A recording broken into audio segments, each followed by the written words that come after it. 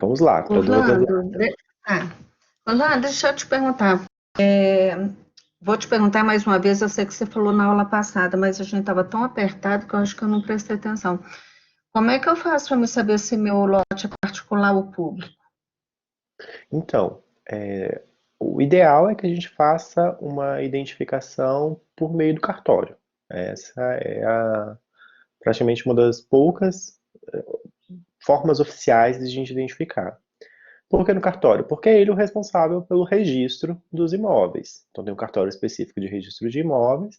Se a gente quer saber quem é o proprietário, ou o proprietário de direito, né, aquele que detém a escritura, ou se a gente quer saber informações sobre, enfim, o parcelamento e tudo, é o cartório que vai nos dar a informação. Mas a gente não vai ter acesso a isso, mesmo porque alguns desses dados são dados sensíveis, outros quase que o escrivão não vai dar amplo acesso para a gente, mesmo porque a gente teria que fazer uma consulta, enfim, é um pouco problemático.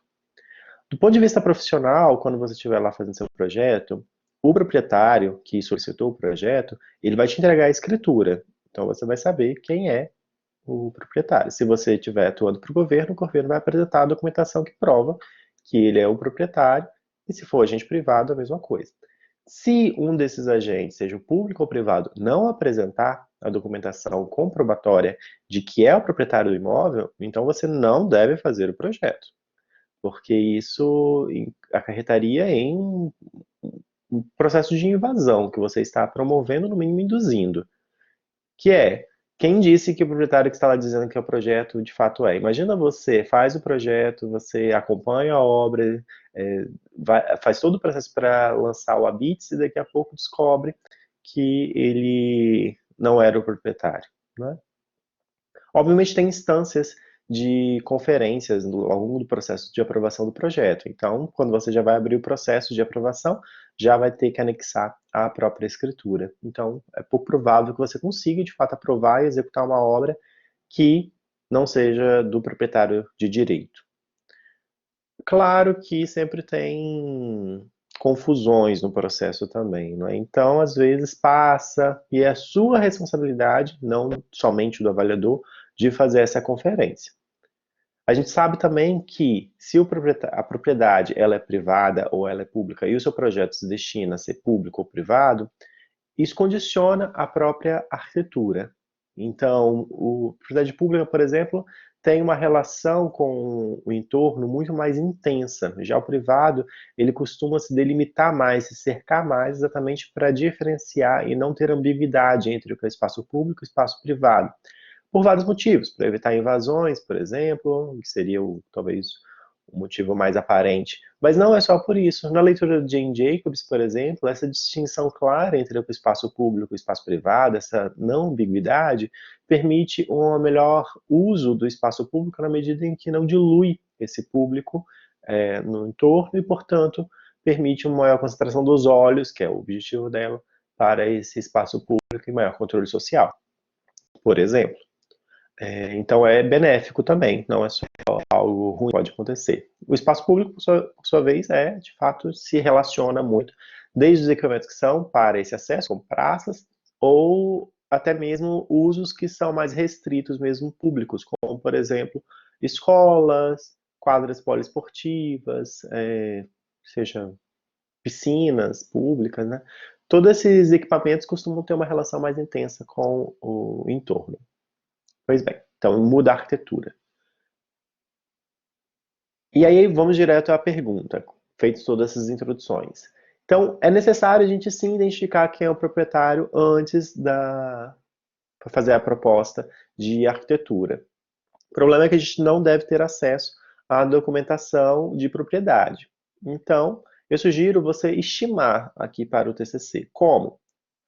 A lei de zoneamento, ela costuma dar alguns indicativos. Por exemplo, se o seu zoneamento for um INCHEP, aqui no Distrito Federal, INCHEP é Institucional Equipamento Público, tem uma grande chance desse INCHEP ser público, porque na hora de fazer o zoneamento, o planejador urbano, ele sabe quais são as propriedades públicas, não são divulgadas para evitar invasões às propriedades públicas, mas ele sabe quais são. Então, ele costuma colocar tipos de zoneamento que permita implantar equipamentos públicos naquele lugar.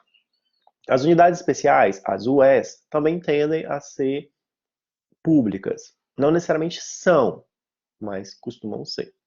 Então, se você estiver em uma dessas zonas, há uma possibilidade alta de ser. Se você estiver numa INCHE, não EP, só INCHE, institucional, pode ser tanto público quanto privado. Né? Então, tem uma inclinação a ser público em áreas que foram projetadas, né? Como Samambaia, Taguatinga, Ceilândia, tem uma inclinação a ser isso. No caso do plano piloto, que não segue a lei de uso e ocupação do solo, tem que dar uma olhadinha, então, na própria NGB. A NGB costuma dar uma boa indicação. Né? Então, são indícios que a gente tem para apontar. Aqui é só por causa do exercício do TCC, né? Então, essa é uma outra possibilidade. E uma terceira possibilidade, para além de olhar as normativas, é entrar no próprio geoportal e ir lá olhando nas várias camadas que se referem àquele lote, se tem alguma indicação mais precisa, porque às vezes tem, por exemplo, um número de inscrição. Se você encontrar um número de inscrição imobiliária, então você pode jogar no sistema de cobrança do IPTU, que você vai ter, claro, a definição de quem é o proprietário e você vai saber exatamente quem é ele, né? Porque é o cadastro do imobiliário. Esse cadastro imobiliário ele pode ter tanto o proprietário de direito, que é o proprietário que tem a escritura, quanto o proprietário de fato. O proprietário de fato é aquele que se diz dono, para ficar numa definição simples. É aquele que ocupa o território, às vezes comprou e tem um recibo do imóvel, mas não tem o direito à propriedade. Ele não pode exercer todo o seu direito à propriedade, porque, bom, ele não tem a propriedade de direito. Ele só tem lá a propriedade de fato. E isso é muito comum no Brasil inteiro. O Distrito Federal não foge à regra, já que muitas das ocupações aqui são frutos de grilagem, do próprio proprietário, que por vezes nunca passou a escritura e o parcelamento para os proprietários de fato. Então, é isso, Denise. Não tenho uma resposta simples, né? Ah, vamos ali no banco de dados tal, que vai ter. Se você tiver acesso aos bancos de dados do governo, ótimo, você saberia. O problema é que esses dados são sensíveis, então você não deveria utilizá-los, não é? Não para proveito próprio, porque isso é um crime. Então, então assim, mesmo se eu tivesse, eu também não passaria para vocês, porque, como eu disse, é crime, né? Não, é porque eu estava olhando, o meu eu não conseguia assim determinar. E como o Mangueiral ali, o Jardim Mangueiral ali, é um projeto do governo, né, que é para habitacional, aí eu pensei de ser, porque ele fica pertence ali ao Jardim Mangueiral, né? Então, se é um projeto, um parcelamento regular, eu tenho uma outra sugestão, que é um parcelamento regular, vocês viram isso no Disciplina de Urbanismo 2, vocês têm que definir quais são os lotes que vão ser destinados a equipamentos públicos, porque eles são concedidos ao poder público para a construção do tal equipamento. E aí, essa planta de parcelamento vai dizer quais são efetivamente as propriedades. Eu trabalhava numa prefeitura que não sabia quais eram suas propriedades. É uma prefeitura muito antiga, com mais de 400 anos. Então, ela, ao longo desses 400 anos, foi acumulando um estoque de terra e não acompanhou esse registro de todas essas terras. Então, a gente estava, né, num processo de revisão do planejamento e decidimos fazer o levantamento, o inventário de todas as propriedades. Saber se estão ocupadas, se, enfim, tudo que a gente precisa saber sobre quais são as propriedades públicas, né? Quando a gente fomos no cartório, fizemos um inventário inicial e o cartório também não estava tão organizado quanto a gente esperava que estaria. Então a gente passou a avaliar os loteamentos. Pegamos todas as plantas dos loteamentos e fomos analisando uma por uma para saber aonde o loteador tinha definido como equipamento público. E aí a gente pressupôs que seria terra pública, no primeiro momento. O segundo momento é, a prefeitura vendeu o terreno, porque a prefeitura tem essa possibilidade. A prefeitura, de fato, nunca teve a propriedade, porque pode ser que o loteador não tenha transferido a propriedade.